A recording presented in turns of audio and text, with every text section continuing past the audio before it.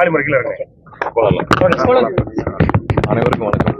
அதாவது வைகை ஆறு உங்க எல்லாரும் தெரியும், 70 வருஷத்துக்கு மேல கட்டப்பட்டதுல இருந்து தூர்வாரப்படவில்லை. நிறைய இடத்துல டெபாசிட் அதிகமா இருக்கு, மணல்களை குவியல்கள் அதிகமா இருக்குன்னு சொல்லிட்டு இருக்கு. பல வருஷமா பல முயற்சிகள் நடந்துச்சு, ஒவ்வொரு வருஷமும் ஒவ்வொரு ஆட்சியிலும் நடந்துச்சு. ஆனால் இதுவரை எந்த ஆட்சி காலத்திலும் அது நிறைவேற்றப்படவில்லை. கடந்த ஒரு வாரமா இது சம்பந்தமான ஆய்வுக் கூட்டங்கள் நிறைய நடத்திருக்கோம். அதுல இருந்து 18ல இருந்து 20% வரைக்கும் வந்து இப்ப டெபாசிட்ஸ் இருக்கும். அதாவது நீர்பிடிப்பு பகுதிகளில் டெபாசிட்ஸ் இருக்கும்னு சொல்லி ஒரு ஒரு கால்குலேஷன்ஸ் சொல்லியிருந்தாங்க. ஸோ அதில் உடனே வந்து தூர்வார பணியில இப்போ வரைக்கும் ஆய்வுகள் நடந்துட்டு வருது.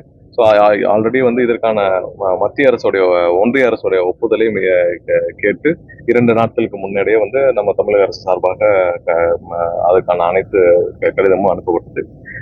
என்விரான்மெண்டல் கிளியரன்ஸுக்கும் 2 நாட்களுக்கு முன்னாடியே கடிதங்கள் கொடுக்கப்பட்டிருந்துச்சு.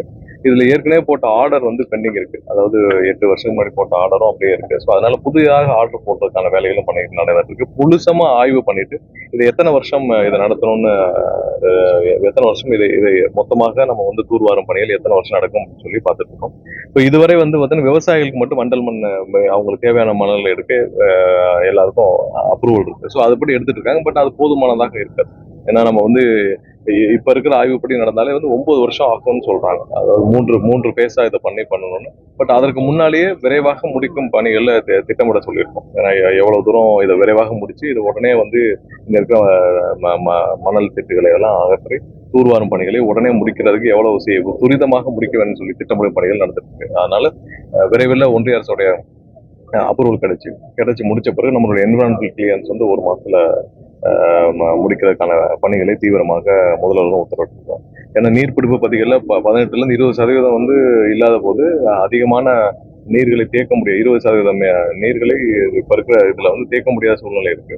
ஸோ அதை நிவர்த்தி செய்யும் விதமாக 70 ஆண்டுகளாக இதுவரை ஒரு டேம்ல வந்து தூர்வாரும் பணிகளே நடைபெறவில்லை என்பதே பெரிய ஆச்சரியம். ஸோ அதனால இது தென் தமிழகத்துல ஒரு பெரும்பாலான மாவட்டங்கள், இங்க இருந்து நீங்க ராமநாதபுரம் வரைக்கும் அனைத்து மாவட்டங்களுக்கும் ஒரே பெரிய ஆதாரம் வந்து வைகை அணை தான். ஸோ இதில் தூர்வாரும் பணிகள் இதில் உள்ள எல்லா கால்வாய்களுக்கும் போய் சேரும் அளவிற்கு நிறைய நீர்களையும் தேக்க முடியும்.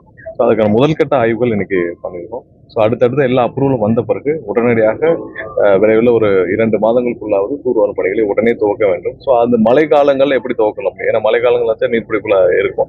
ஸோ அதுல ஒரு சில ஏரியாக்கள் எப்படி பண்ண முடியும்? ஏன்னா நிறைய கிராமங்கள் நடுவில் இருக்கு. ஸோ அதை எப்படி வந்து இந்த மணல்களை வெளியேற்ற வேண்டும் என்ற திட்டமிடலும் பண்ண சொல்லியிருக்கோம். ஸோ விரைவாக முழு அளவில் திட்ட வடிவம் ஏற்பட்ட பிறகு இதை வந்து முதல்வருடைய ஒப்புதலை பெற்று இதை அனௌன்ஸ்